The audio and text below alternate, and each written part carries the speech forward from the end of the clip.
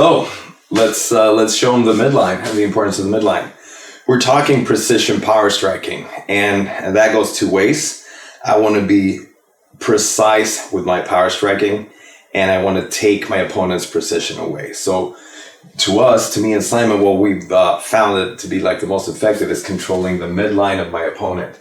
And most people think of the midline here, which is awesome. But technically, there's midline here too. And that midline decides where he can go and where I can follow. So we want to expose this two-sided, right? Not just on this side.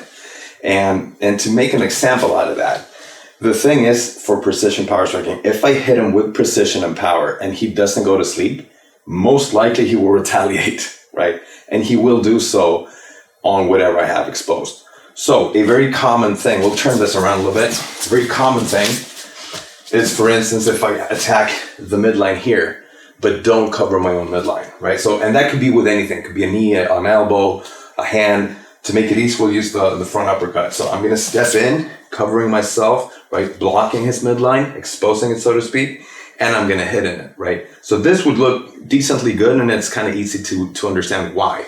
Boom, right? The problem with it is that my head is still in the midline, which means if this hits, or if he just slips it just a little bit, my midline is exposed. So you can attack it here, and boom, and now we're swinging because he's still in the midline, right? So we're swinging, and it becomes a fight, and not as much a precision power striking drill. So I want to do the exact same thing. I want to come in, I want to block his midline, right? And I want to move my head off midline as I throw the punch. Boom, right? Because now I'm too far. My midline is actually off distance from him, right? So he needs to adjust. He needs to move to adjust, which means I can hide my midline even more. And his is really exposed. Boom, we're talking power now. Boom, and I can repeat the drill, right? As opposed to boom. Okay, so we're fighting. Right? So the whole thing we're going to look at is basically how I expose his midline and hide mine at the same time.